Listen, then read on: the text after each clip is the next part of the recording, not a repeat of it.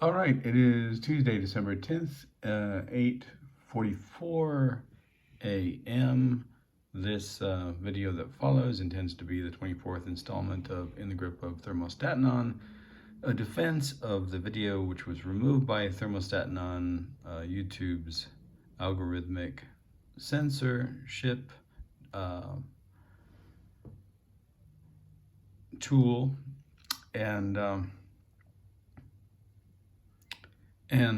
The series In the Grip of ThermostatAnon argues that this particular piece is a political satire, and it addresses conspiracy theories leading up to the insurrection of January 6th. It also addresses the fascist violence produced against protesters of the murder of George Floyd and the military machine that was advanced by Chad Wolf in support of Donald Trump's militaristic policies against citizens of the United States, and his belief that this particular example of what he's now referring to as the enemy from within has no constitutional rights under the law, and so it does that as well. And we've been talking largely about the January 6th insurrections and the failure, right, of Trump to deploy adequate security to defend the Capitol in this instance, and what we're moving into now is the basically the opposite situation, in which peaceful protests across the United States following the murder of George Floyd on I believe May 25th of 2020 were met with awesome and excessive amounts of police and military force that led to violent responses on the part of the largely peaceful protesters, particularly in Portland, Oregon, but elsewhere as well. And in Portland, Oregon, in particularly, I guess, in the month of July, but leading up to July and following, Chad Wolf was asked to deploy. Chad Wolf of the Department of acting chief of the department, or secretary of the Department of Homeland Security, was asked to deploy troops to put down rioters, and largely Department of Homeland Security, when they discussed on their various websites and in social media the response, the violent response on the part of their force, their military force, and on the part of police, they failed to discuss why the riots were occurring to begin with. And of course, the riots were occurring to begin with precisely because of what we just mentioned, the murder of George Floyd on May 25th, and I hope I'm getting the date right. We'll look it up and later and make sure this is correct. But May 25th, 2020, and the response on the part of Black Lives Matter, across the country, and of course, the erasure, right, of the content and the purpose of the peaceful protests that became riots in response to police force, the deadly amount of police force and unconstitutional arrests that were made by Department of Homeland Security, as I said, was largely erased or or censored, I guess would be a nice word to use, since we're discussing censorship in America in this video series, in the Department of Homeland Security posts, and hopefully I can, find some of those and refer to the thug, the description of individuals protesting these horrors, committed by the Minneapolis, Minnesota police department. Derek Chauvin in particular, who murdered George Floyd, but the department overall in the policies and the practice, right, of overlooking racist assault in their ranks, and and presumably, encouraging policies of racial discrimination that lead to the deaths of African Americans and African American males in particular, and this was this protest on the part of Black Lives Matter, came under Donald J. Trump's criticism as early as 2016, and you'll recall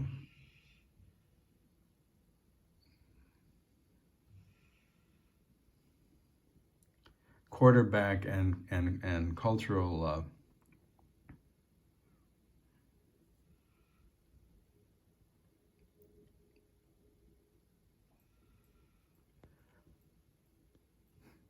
cultural hero and warrior Colin Kaepernick, was sitting and then taking a knee during the playing of the Star-Spangled Banner in support of Black Lives Matter and the movement, calling attention to the deadly force used against African American males across the United States as early as I believe as early as, now I'm not sure, but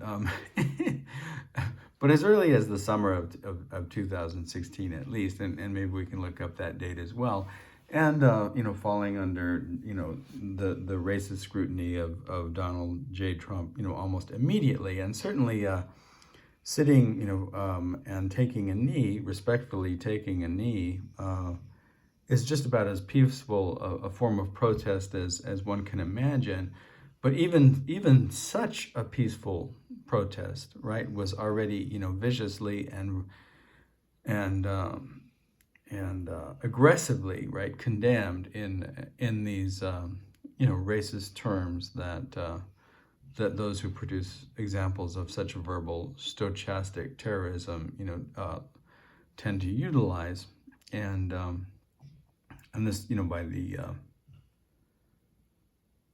by the president-elect of the United States by the time we get to November of 2016. But I believe that even before, and I may be wrong, and maybe we can find a timeline of this, but I believe even before Trump was elected president in the November 3rd election of 2000, and no, that wasn't November 3rd. The 2020 election was November 3rd, but in the whatever it was, in the November election of 2016, even before I believe Trump was elected, he had already begun to criticize Black Lives Matter as a movement. One assumes because he's a white supremacist, racist, and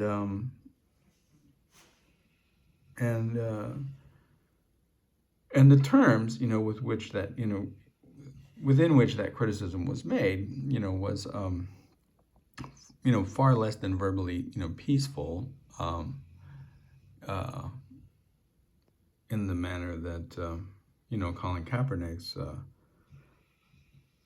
performance, was both respectful, peaceful, well, more than both, respectful, peaceful, and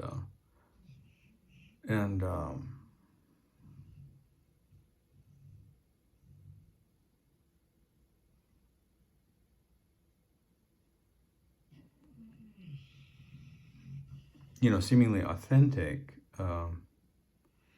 unmotivated by, in fact, willing, Colin Kaepernick was willing to sacrifice economically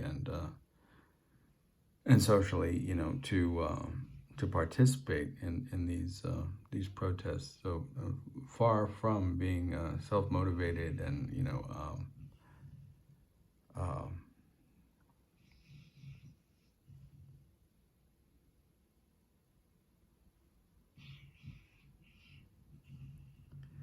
narcissistically involved, right? I think his actions demonstrated what we would once have admired, a willingness to sacrifice himself for a meaningful cause, as opposed to Trump's excuse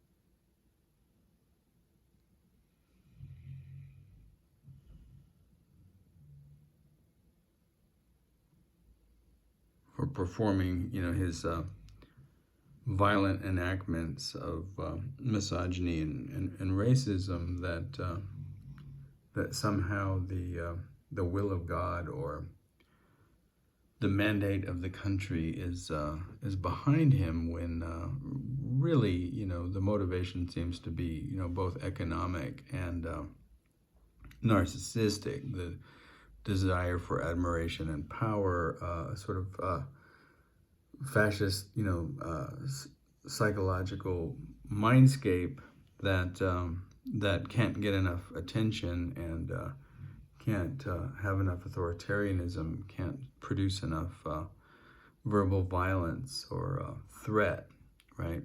No matter who it might be that he's threatening, whether it's a president or an adversary from outside of the United States, or whether it's this perceived enemy from within the United States, basically anybody that disagrees with Donald J. Trump. So we'll see if we can find a timeline on that, but I believe that all the animus and aggression, directed against Black Lives Matter was already there, even before, he became president. And certainly the response, right, the response against the citizens of the United States in the summer of 2020, as he was both making his way toward the election, the date of the election of in November, in his campaign, and producing, examples of what I would refer to as, totalitarian domestic terrorism against citizens of his own country.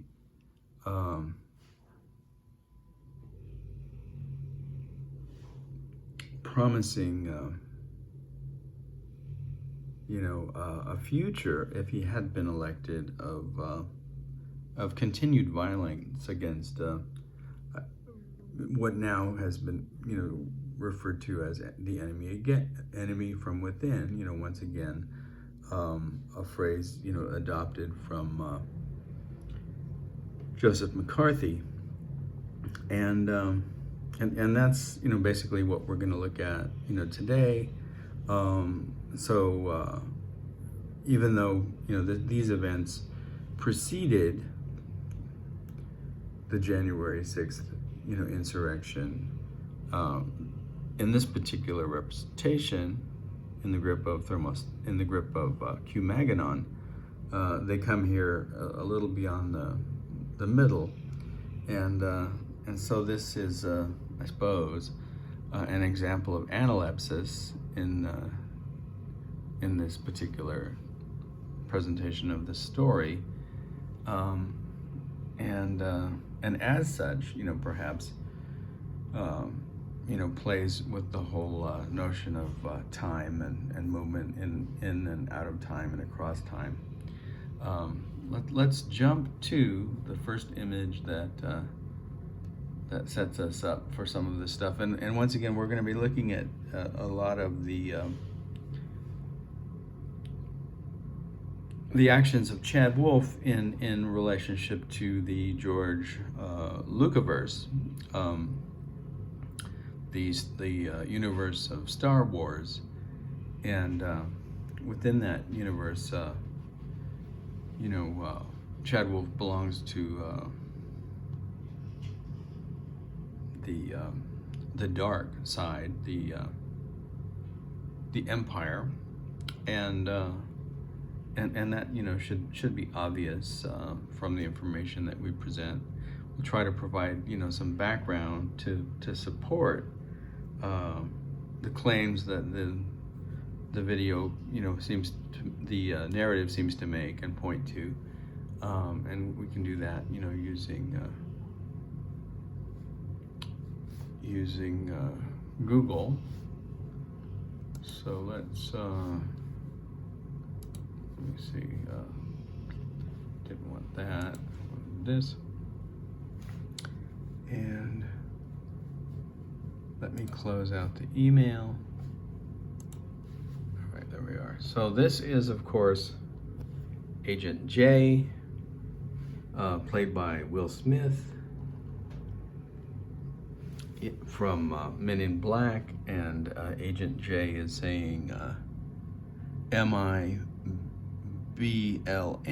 that's Men in Black Lives Matter, and he's not addressing Chad Wolf here. He's addressing Mike Pence. Men in Black Lives Matter has reviewed your application for GOTG or GOTG, Guardian of the Galaxy, Mike.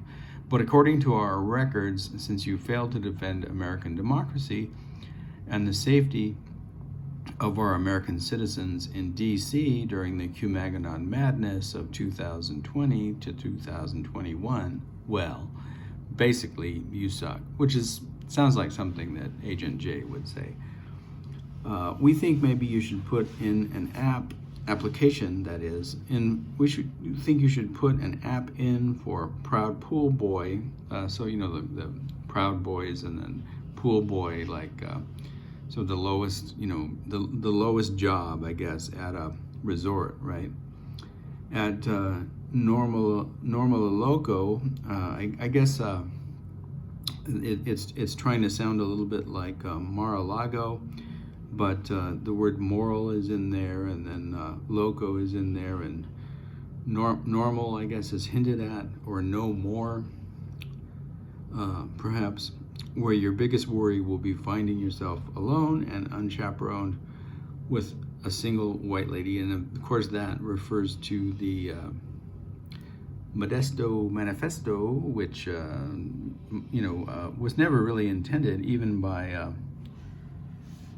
Billy Graham, to be part of any program other than the sort of traveling salesman version of Billy Graham's evangelists. I think to protect Billy Graham against lawsuits that might arise if his door-to-door evangelists, have too many sexual encounters with, those that they're attempting to convert to whatever form of religion it is that Billy Graham and his followers practice. But this this Modesto Manifesto or Billy Graham rule that one can't find oneself alone with a woman is apparently something that Mr. Pence practices. And as I believe that it was Rocket the raccoon, mentioned how was Mike, Pence, ever going to become part of the Guardians of the Galaxy franchise if he couldn't be alone with what's her name, Zamora? No, not Zamora, the Spanish city. Gamora is the Marvel character's name, and obviously she's not a single white lady. She's green. I forget what her home planet is called. I think she's adopted by the character Thanos, along with her sister, who I think is not her real sister, but adopted sister as well. There's a rivalry there. All that's kind of an aside. I'm not sure that Jay is entirely familiar with all of the details of the series. Oh, I guess I get it.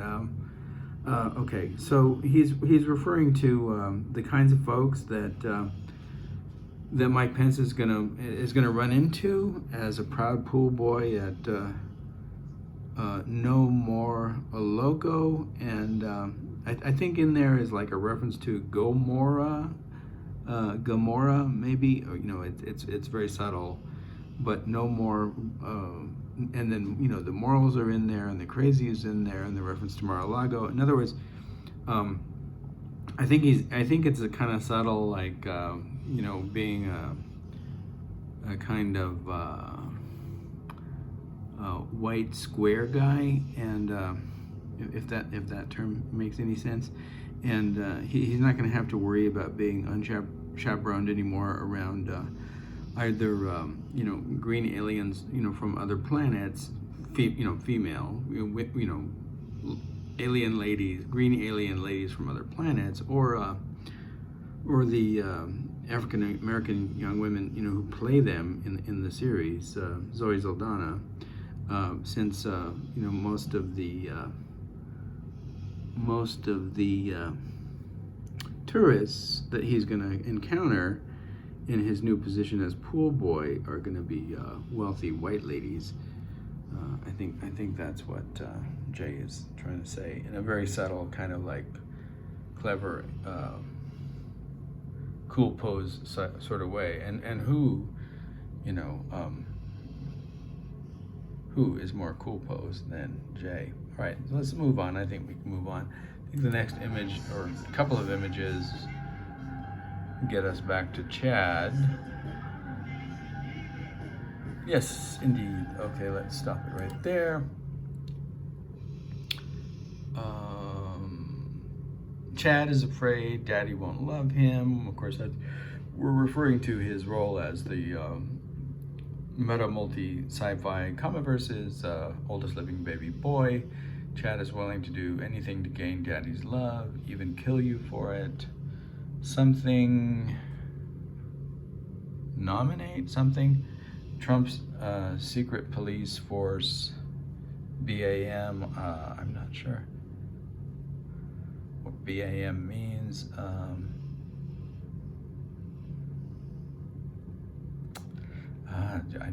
I'll keep that in the back of my mind and see if I can figure out what the acronym BAMN. Obviously, it plays with damn, but I'm not sure what the B is and what it means acronymically. American something, I'm really not sure. Like I said, I'll keep that in the back of my mind, and if it occurs to me what the BAM means, I'll get back to that. Good luck with that little man. You have approximately so and so many seconds. I'm not sure what the reference is there. It's probably a. Does it look like a BRE question? I don't think so. I think it's I think it's the actual number of seconds that we wrote out before, some event horizon, and I forget exactly what that event horizon was.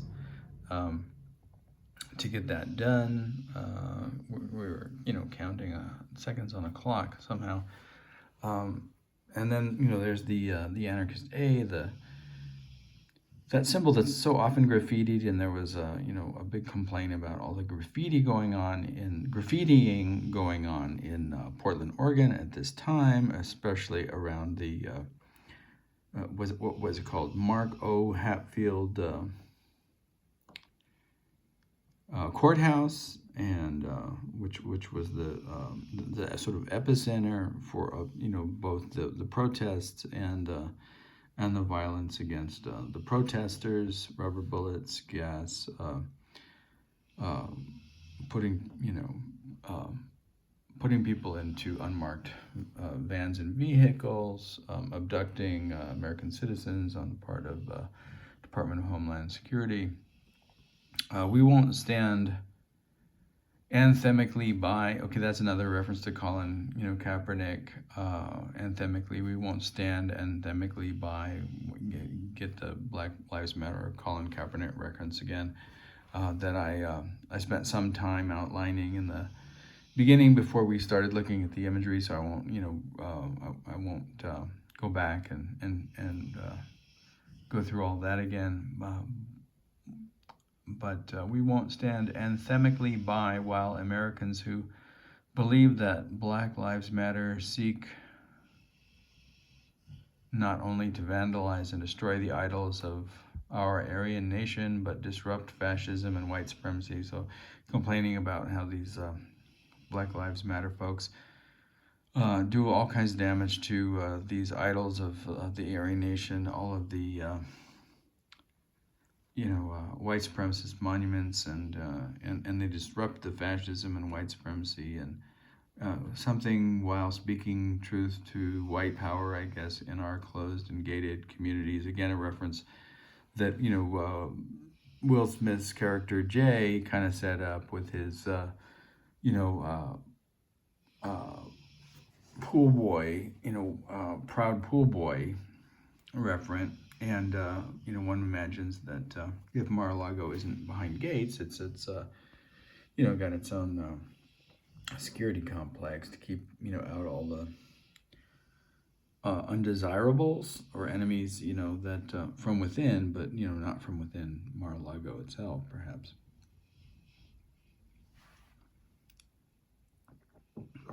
Dig your COVID mask, Chad. But for your information, real wolves don't wear their hair like that. I guess the COVID mask is so when I guess if this were like graffiti, like maybe Chad's image was up somewhere near the Mark O. Hatfield courthouse, and somebody painted this on, and then somebody else either wrote under there, or is imagining or reading this or saying this to the image, recognizing the graffitied, anarchist symbol as another variation on the COVID mask, right? And this would be, I guess, the Chad Wolf if we were doing varieties of COVID mask analysis here. I think that's about all we need on this one. Let's go ahead and go a little bit further. Not sure I still need to, so BAM is still in the back of my mind, but I still can't recall what it means. Okay, so I think these statues are somewhere near or around the Mark O. Hatfield center, and or courthouse in Portland, Oregon. I'm not entirely sure. The armbands referred to the Nazi armbands, and the ghettoization, first initial ghettoization of Jews and Gypsies in under Hitler in Nazi Germany, and then of course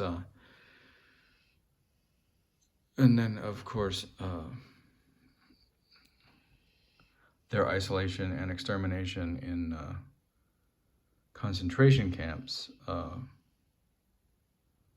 following the ghettoization, the initial ghettoization. Try not to let the armbands bother you. Their labels can't define who you are in the eyes of the creator. Okay, and trying to make the best of a bad situation. I guess this is an example of resilience. And in this instance, you know, the resilience still, you know, demonstrates, you know, some aptitude for hope. Thug and scum were two of the names that you know, Trump began with in referring to citizens of the United States who had different opinions than he did. Now we're referred to as the enemy from within, I guess. But I'm sure we're also, you know, still scum and scums and thugs. And so I'm using Trump's own words as the terms, you know, for the armbands here, and they're escaping. I guess it's another reference to or being, you know, perhaps cast out of a kind of garden of paradise. It's just trees back there, and the vegetation suggests, you know, like maybe they're being expelled from America in the same way that Adam and Eve were expelled from the Garden of Eden, perhaps, you know, suggesting that they've eaten from the tree of knowledge or some other forbidden fruit. See if there's anything else I need to say about these images. You know, I don't know. I could interpret the figures, but I didn't create the figures, and so you know, you can equally well interpret, you know, what these, you know, two figures might represent, whether, you know, that's a chair or television or whatever else it, you know, might be.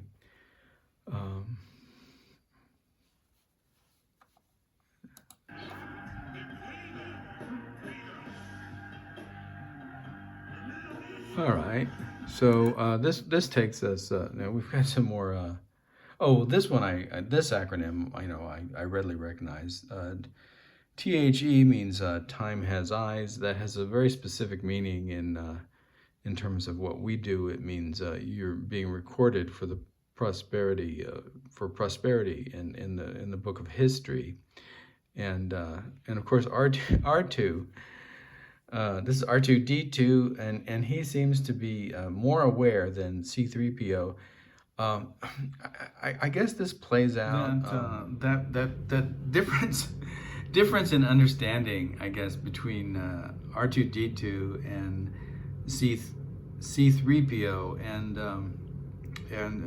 you know, specifically C3PO's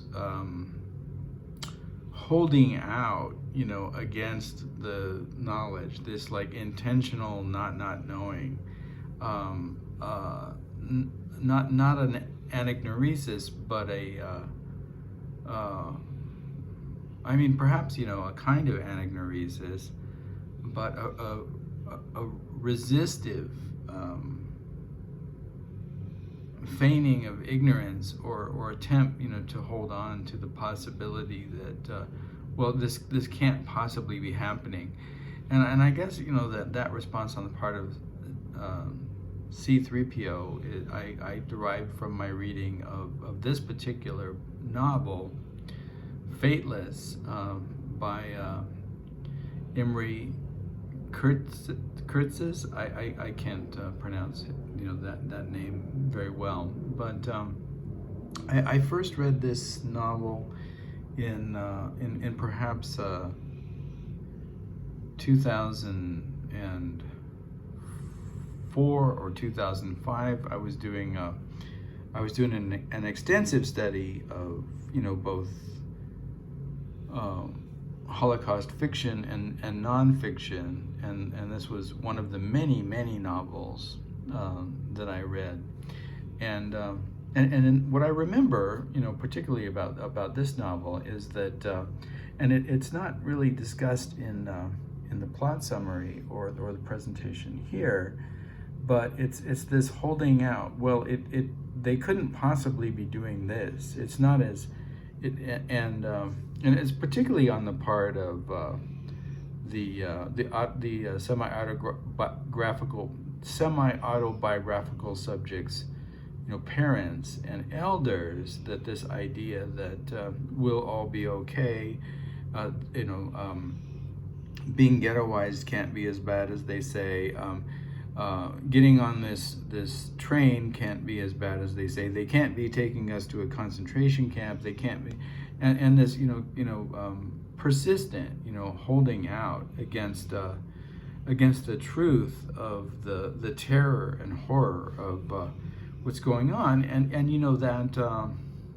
that ability, like to not recognize, to not wake up, right, to the horrors that are actually being perpetrated and performed, is precisely what allows all of this to happen, and why individuals neatly and tidily get into the train and don't resist, right? And I suppose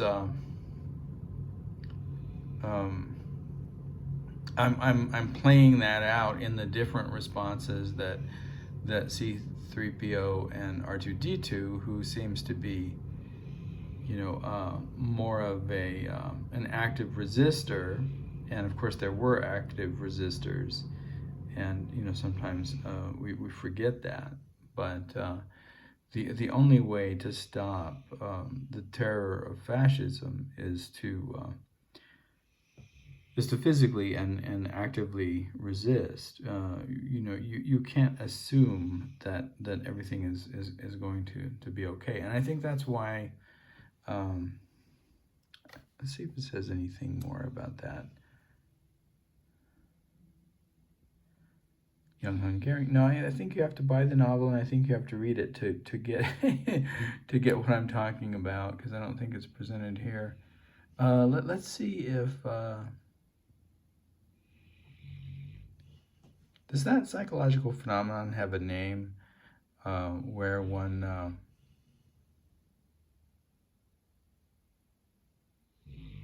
one fails to recognize the significance of what's actually going on.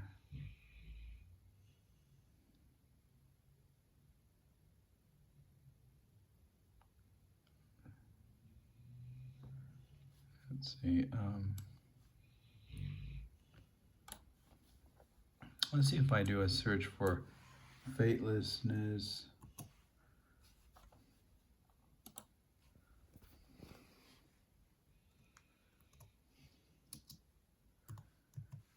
I don't know what to call it. Failure to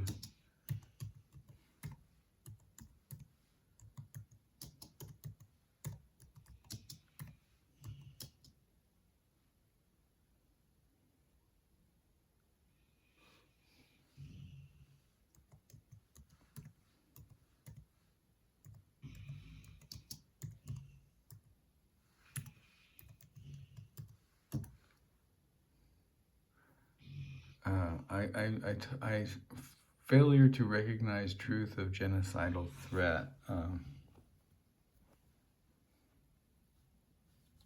Let's see if any of that comes across.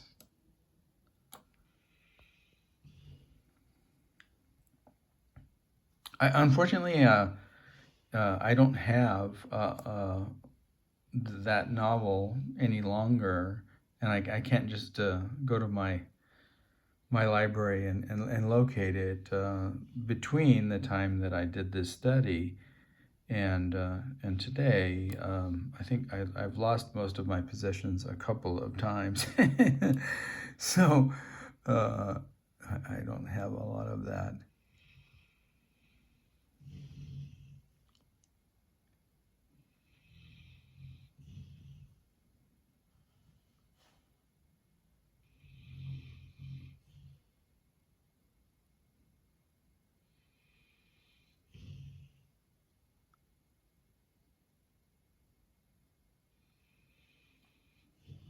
well, I'm not finding anything. Let's see.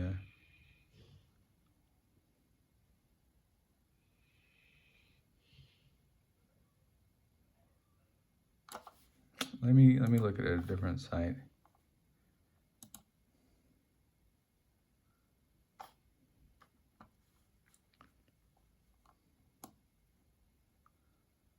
This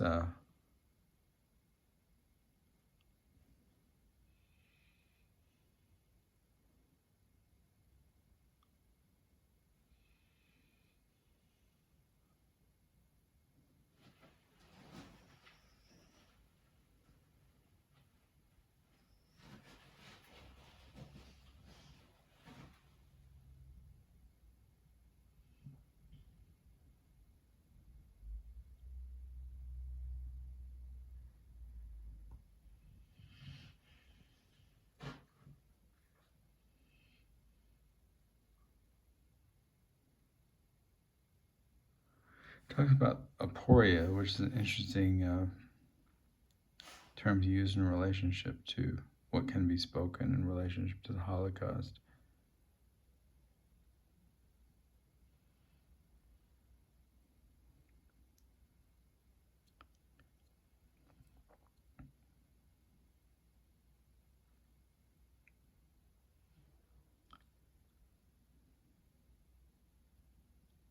Doesn't really get at what I want to talk about.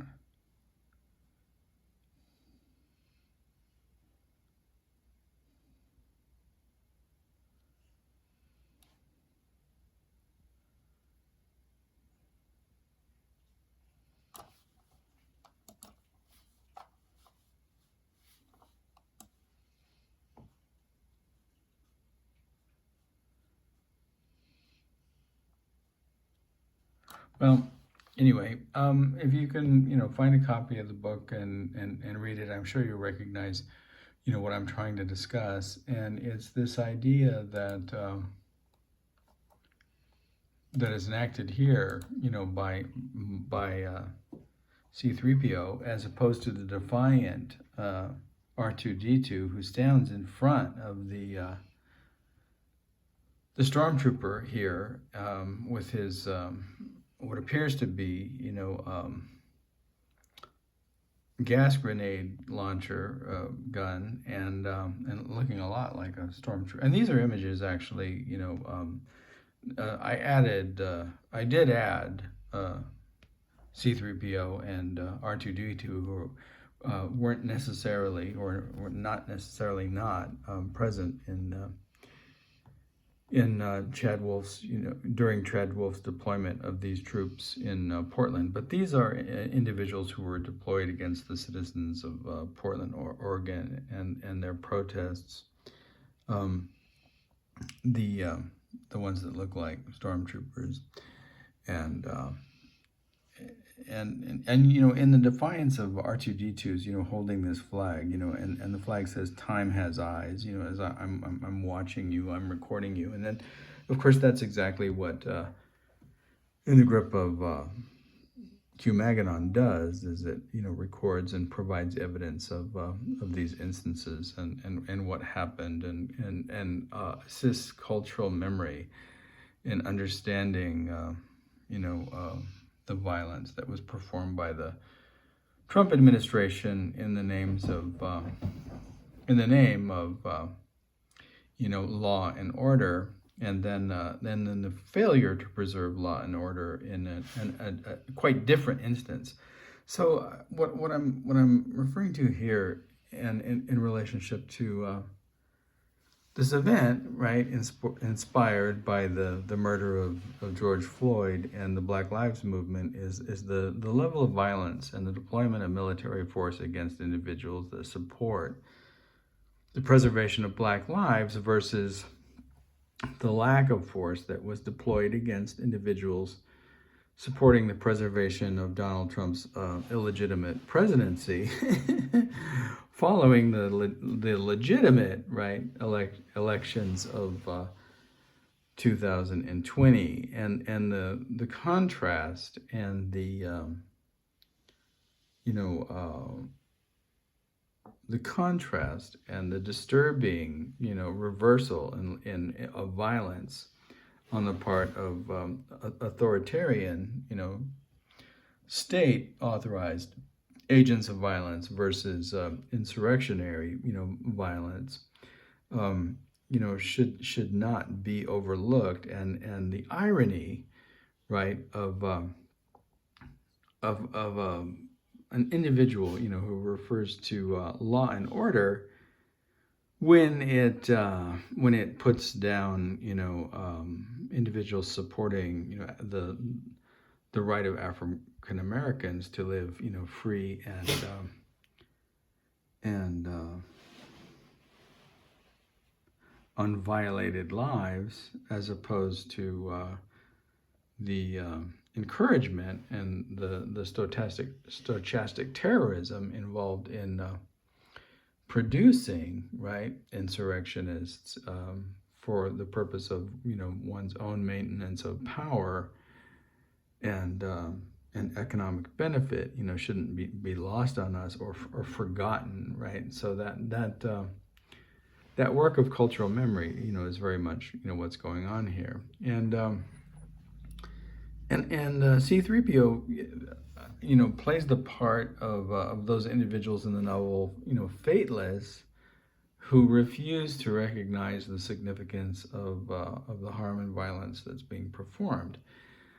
Yes, R2, I admit they do look a tiny bit like stormtroopers and Gestapo, but Master Chad, and again, the identification with the source of authority as C-3PO, at least as I remember him in the George Lucas universe, is more prone to than R2-D2, who I believe, whose vocalizations, at least in part, are performed by Jerry Garcia, playing guitar.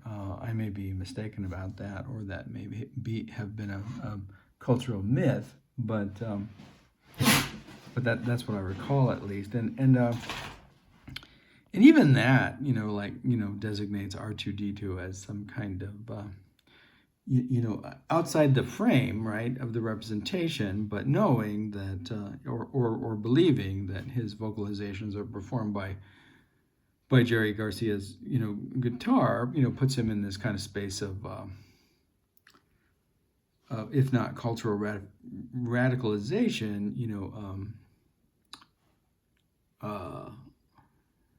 what would be the term? A sort of utopian, utopian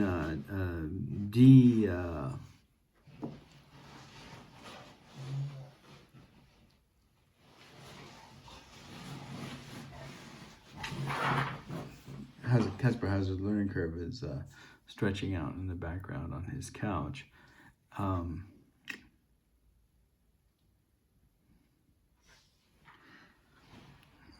don't want to use the word counterculture, but because it seems to me that R2 is performing, something beyond that. But a resistance to authoritative hegemony and the hegemony of acceptance, right? Of accepting, in this instance, accepting the state's response to, this group of protesters, and in the case of, Jerry Garcia, a refusal to accept the status quo in relationship to laws concerning, what's legal and what's not legal, what wars one should support, and what relationship to the dominant culture one is expected to follow and carry out, right? So I think all of that, is sort of there, and it's kind of like a parody of a white flag, because it appears to be a white flag and a surrender, but then the acronymic, time has eyes, and you're being recorded, and and the suggestion that, you know, this technological agent, you know, is both viewing what's going on and recording for posterity the events of this violent encounter, I think, are contrary to the flag of surrender in a certain sense, right? And it's a feigned surrender, you know, whereas C-3PO is perhaps more aware than he cares to be of what's actually going on, but I don't think his use of the expression, you know, Master Chad is entirely feigned or, you know, ironic in a sardonic or sarcastic sense, right? It's rather, you know, what I was trying to point to in relationship to my remembrance and reading of Fateless, right? This holding out of like failure to wake up, right? Failure to be woke, right?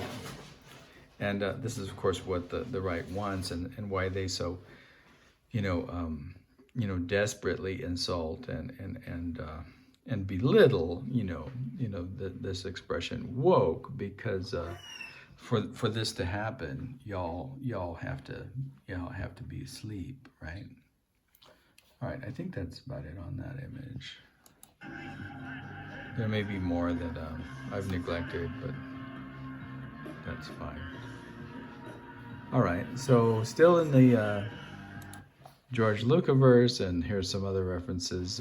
Here's Yoda, and of course, one of the fun things about Yoda is his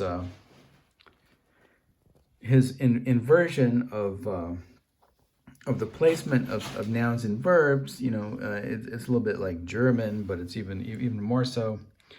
And so he says, identified all the not stormtroopers yet, have you? And so, you know, playing with the, oh no, they're not stormtroopers, but Yoda is more clearly sardonic and sarcastic than C-3PO. So he's not one of these figures from you know, Fateless that fail to understand the significance of what's going on. Rather, he's, you know, a sort of, he's wise, but he's being ironic and sarcastic, and he's using, you know, the inversion of the placement of nouns and verbs and the playfulness of all of that to play this out. And the again, you know, is both the identified all of the not stormtroopers, right? And that's, of course, you know, sarcastic because they are, and Yoda recognizes that they are. But it also, all time has eyes, you know, not stormtroopers yet, have you? And I guess, you know, time has eyes is another reason that we were censored, because in order for this to happen, we can't remember, we can't have eyes, we can't produce for the benefit of cultural memory what we saw and heard and remember and recorded, right? We have to erase it, just like the rationale for the protests in the first place are erased from all of the Department of Homeland Security responses to the quote unquote, you know, violence and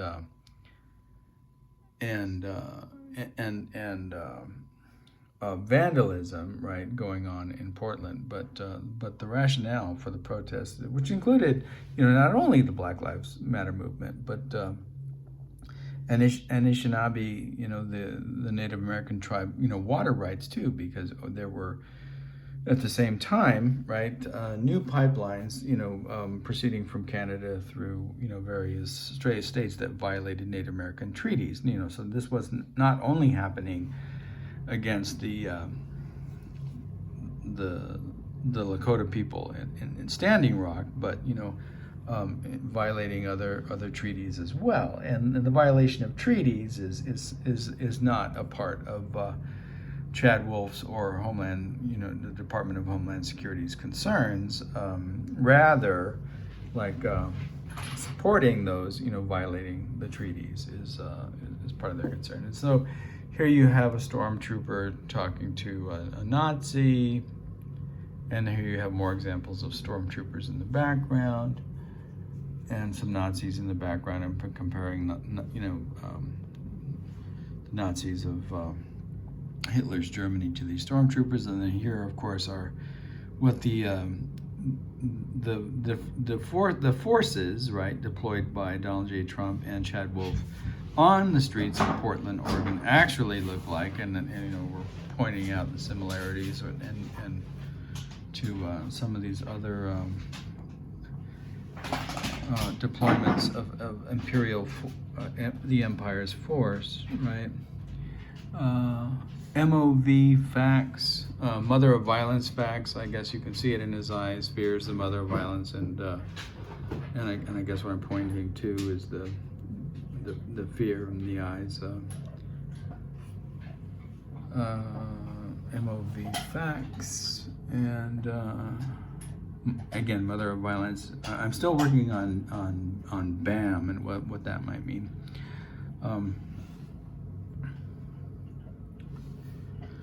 Prove that you are not a robopath. Robopath, that's another word. Identify all images that contain not stormtroopers. And again, sarcastic and sardonic, because they're all stormtroopers, right? Okay, so robopath. I think that's another thing that we need to. Oh, this is Colin Kaepernick site, and we'll if we have time, we'll get to this. We may need to come back. I was making a point about how early Colin Kaepernick's protests started, and Trump always being against them. Since we're here, let's see if we can find. Oh, here we go. Well, it says this is 2019. So did Donald Trump only start criticizing Colin Kaepernick in 2019?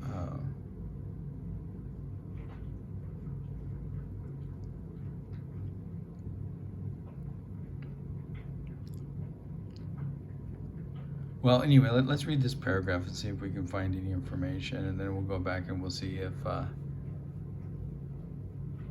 if we can find information about when Trump first criticized Colin Kaepernick. But in July 2019, Nike released a shoe featuring the Betsy Ross flag, calling the Air Max 1 Quick Strike 4th of July trainers. The trainers were designed to celebrate Independence Day. The model was subsequently withdrawn after Colin Kaepernick told the brand he and others found the flag offensive because they associated it with slavery.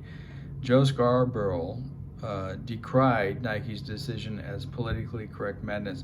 So remember the Joe Scarborough that was briefly against Donald Trump, but now seems to be back in favor of Donald Trump. So these right-wing pundits, even if they have a moment of sanity, we're never too sane, from the very outset, right?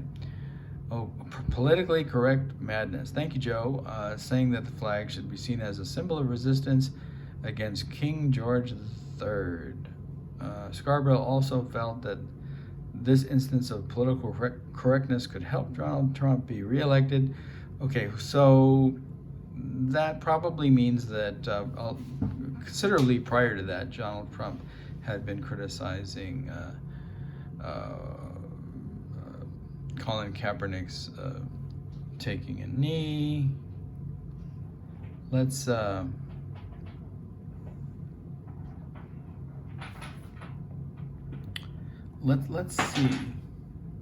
if I do a search for, and then I was in the middle of looking something else up. Let's see what it's like.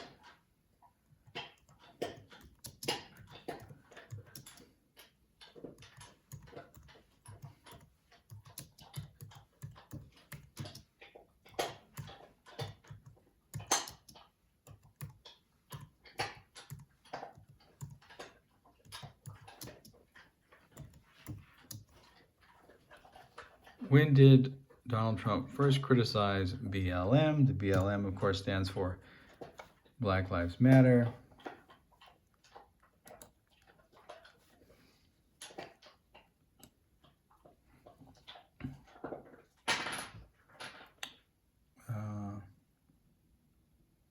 Donald Trump calls Black Lives Matter a symbol of hate as he digs in on race.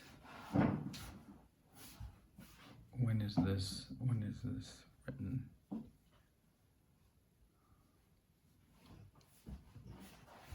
I can't find a date on this.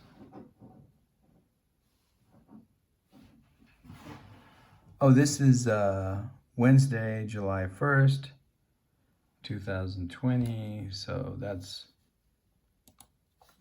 not what I want. This is all 2020.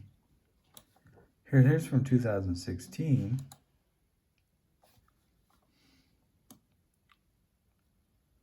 So let's see. Okay, so this is July 12th, 2016. This is just about the time, and there he is with his nice hair.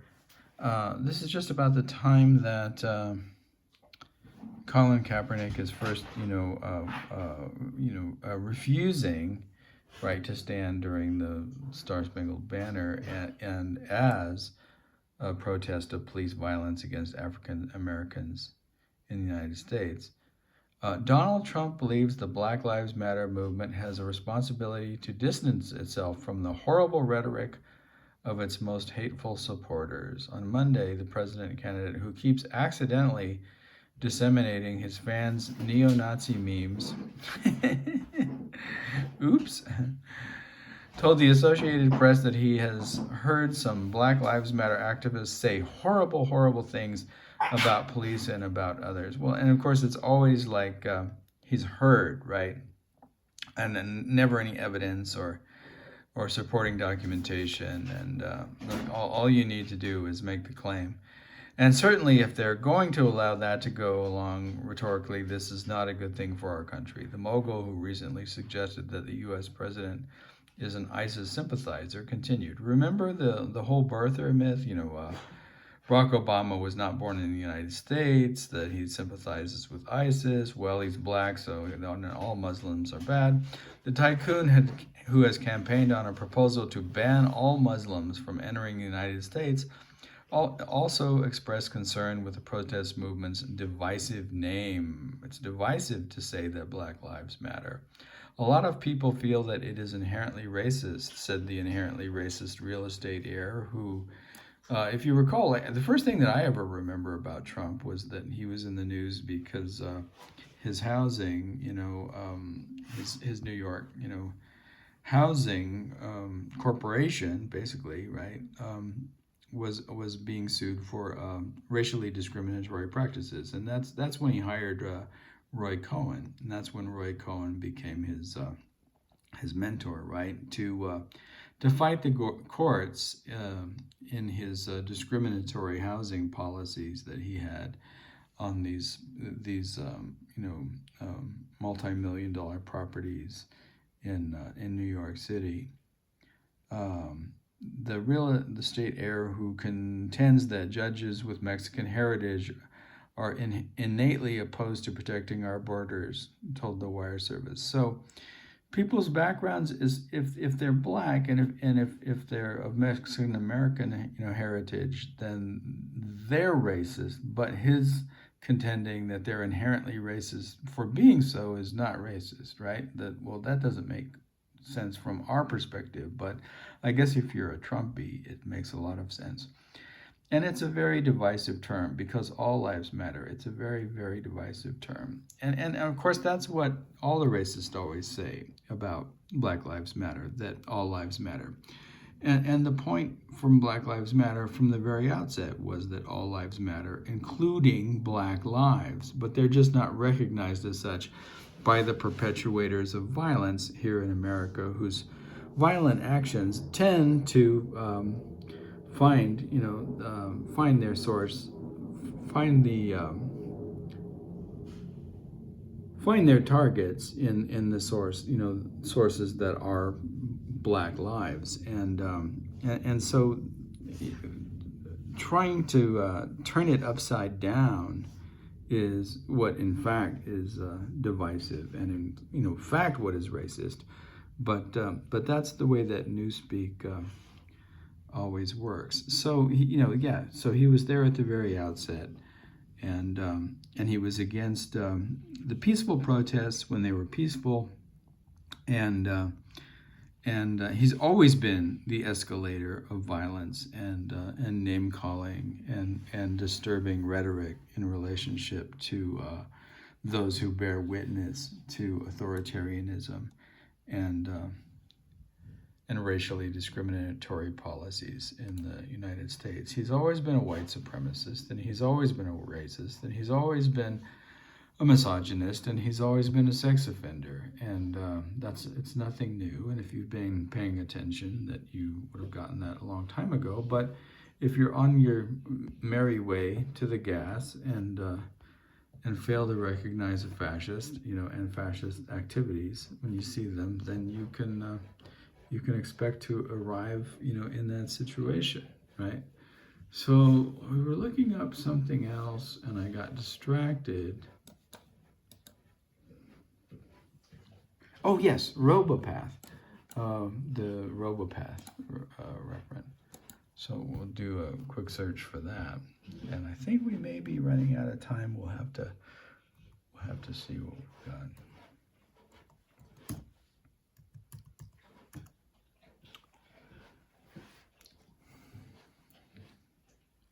Robopaths, Louis Yablonsky. Let's see if there's a. Don't really want the Amazon.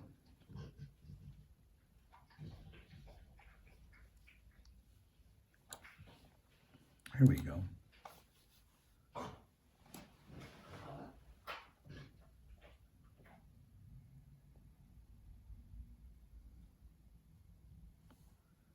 see if I can find anything.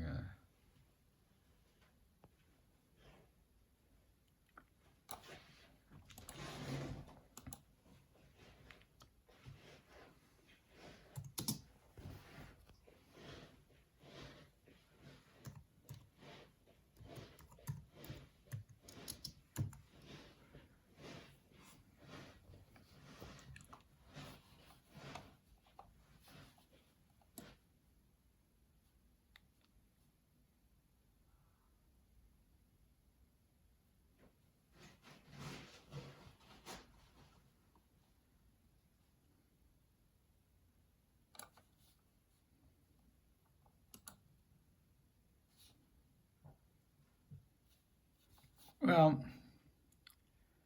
we'll look at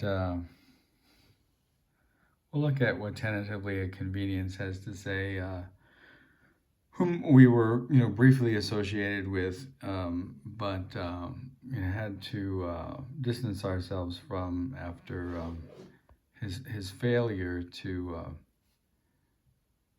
recognize and accept that we couldn't perform certain activities that he required of us due to limitations of our dysgraphia, dyscalculia, and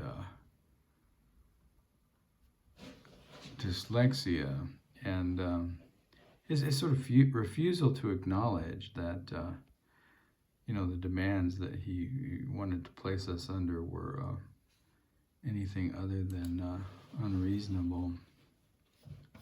No, that doesn't lead us to anywhere.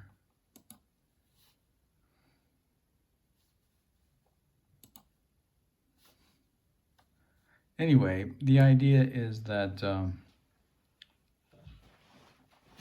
individuals, tend to conform to the ideological constraints and points of view of those in the dominant culture, and do so at the expense of their own thought processes, and limiting, right, really their thinking abilities.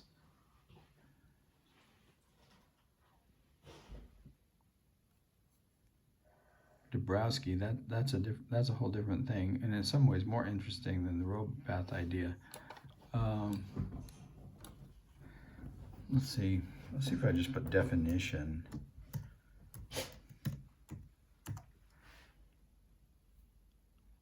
Oh, that's it. That's good enough.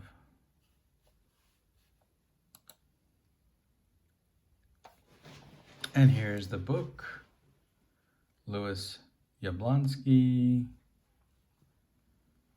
And this is what we're looking for right here.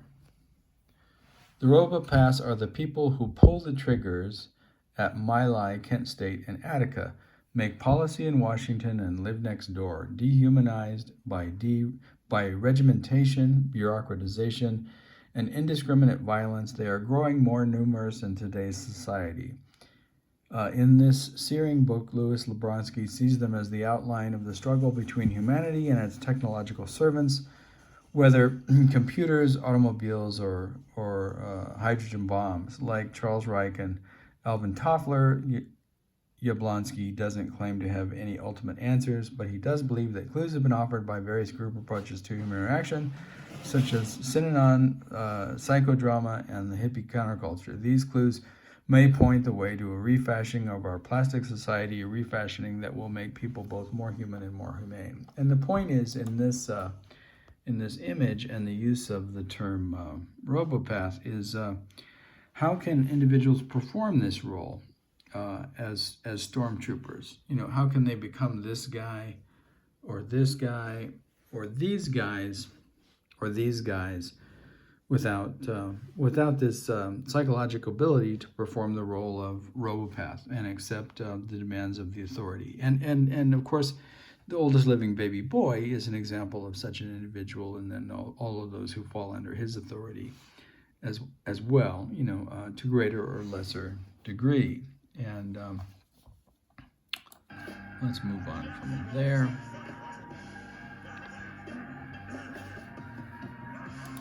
All right, and there's Chad Wolf once again.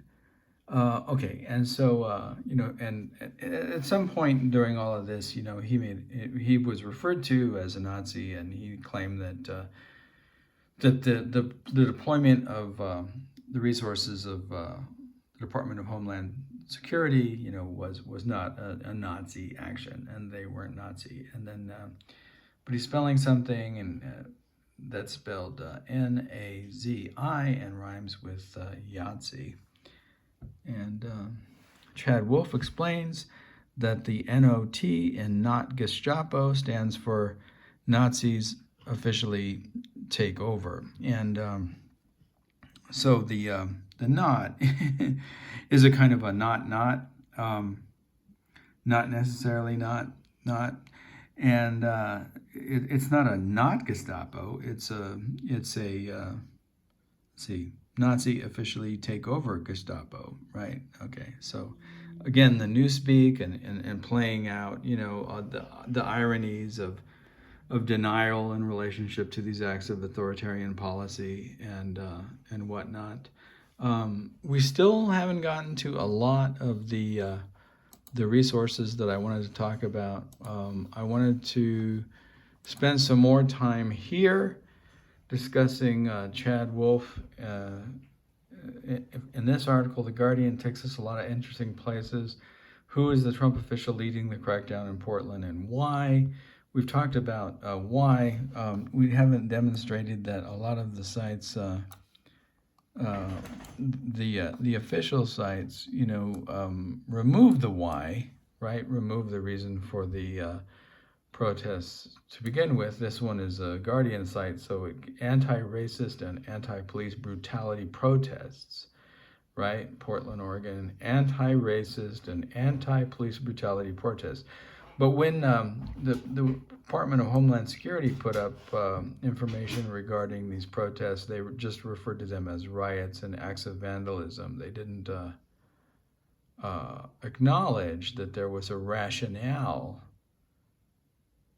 for the protests. And see, I wanted to get to all of this and how the mayor of Portland, Ted Wheeler, called on federal officers to stay away, that they were creating more violence and misunderstanding, a complete misunderstanding. The president has a complete misunderstanding of cause and effect, meaning that the violent effect, was caused by the use of federal, troop power and force and violence, right? So this was a statement that he made. We have dozens, if not hundreds, of federal troops descending upon our city, and they are sharply escalating the situation. Their presence is actually leading to more violence and more vandalism because they're cracking down so hard, right? It's not helping the situation at all. They're not wanted here. We haven't asked them here. In fact, we want them to leave. So, and that was part of the strategy. Create, situations for Trump. Create, and Chad as well. Chad Wolf and Trump create a situation of violence. Make Black Lives Matter the scapegoat.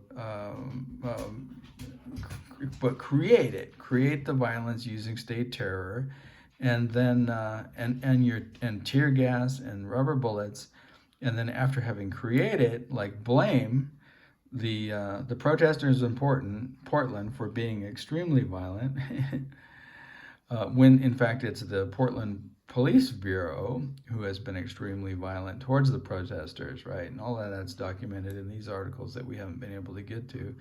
So we may have to come back tomorrow, and but in any case, this is at the Guardian site, and you can look it up if you wish to, and there's more information offered here. I did want to get to, and I don't know how to find it, but I wanted to get to Department of Homeland Security's own statement on violence in Portland, and document what I've been saying, that they erase their role in the construction and creation of violence, and they also erase the content of the protests to begin with. So DHS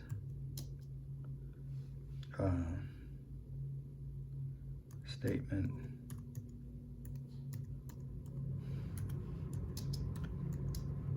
on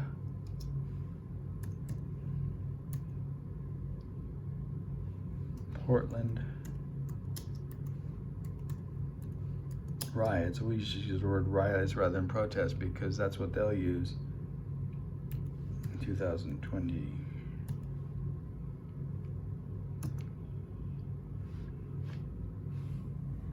Okay, this is what I want. Okay, so, and then maybe I'll be satisfied and we'll close out for today, because it's getting up there pretty long. This is what I want. Okay, so this is released from the Department of Homeland Security, July 22nd, and I'll read what I can, and hopefully that'll demonstrate that'll demonstrate what I've been claiming and what I remember about the erasures made in their reports. Okay, so as they have, now recall, this is basically Chad Wolf's department statement, right? And the claim that we're making is that what gets erased from this is the rationale for the protest to begin with, basically murder, right? The murder of George Floyd, and the Justice Department's failure to do anything about it, and Trump's animosity against Black Lives Matter that had been going on for at least 4 years by this time, and had just escalated into his use and deployment of federal agents and federal force and law enforcement against individuals and their right to peacefully protest. Okay, so as they have for the past 53 days, violent anarchists, right? Okay, so the use of this term. So they're all violent anarchists. Anybody that supports, the right of African American men to be free of police violence, is an anarchist.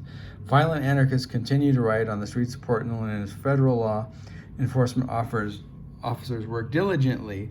But these are the same kinds of law enforcement officers that Trump didn't care about, and said that the January 6ers had to kill. They had no choice, right? Or is it different somehow? What's different? The difference is The difference is the color of the individuals creating the violence and mayhem, and the individual is the rationale. And in this case, the rationale is the support of a movement that believes that all lives matter, yes, including black lives. And that's what Black Lives Matter always meant, because their lives aren't recognized as mattering by law enforcement officers in the United States, always, right? And the function of the January 6th riot was for Trump to maintain power in his attempt to retain the presidency after the results of a legal and democratic and fair election. On the streets of Portland, as federal law officers worked diligently and honorably to enforce federal law by defending federal property. And what precisely didn't we do in January 6th? We didn't defend property. And now, and all of those individuals, right, like who violated the Constitution and who destroyed property, are now going to be pardoned by Trump when he pardons all those involved in the January 6th movement. And this is precisely what Mr. Wolf is criticizing these individuals for doing, right? But it's a different situation, because it's a different color situation and there's a different point.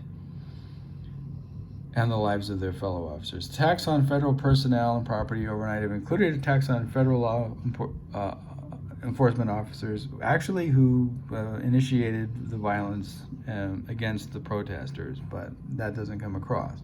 So that's been expunged from the record. With commercial-grade fireworks. Commercial-grade fireworks are a lot less, scary than bombs and rubber bullets, however, which isn't something that's mentioned here. Hard projectiles and lasers, which can cause permanent blindness. Last night, violence was even more aggressive than previous nights, as rioters once again tried to set fire to the federal courthouse and actively tried to breach the entrance of the courthouse. Rioters are also employing tactics that force federal officers to leave the Hatfield federal courthouse, setting them up to be attacked with lasers and projectiles. So again, like, the attitude is completely contrary and exactly opposite to the response, right, of the incidents of January 6th. The past 24 hours. And it goes on and it outlines all the rationale for the violence and anti-constitutional behavior that the officers perform against the protesters. And not once is there in any of this a mention of what the protests actually are trying to accomplish, or what the content of the protests are, and when, what the timeline was for individuals arrested, and the acceleration of violence. This entire statement is basically propaganda production rhetoric that justifies the use of extreme force against the domestic enemy from within. And if anybody believes that this is an isolated incident and Trump doesn't intend to do exactly the same thing again, that's completely delusional. He's promised to do it, and he will. Whether he has by his side the world's oldest living baby boy or someone else.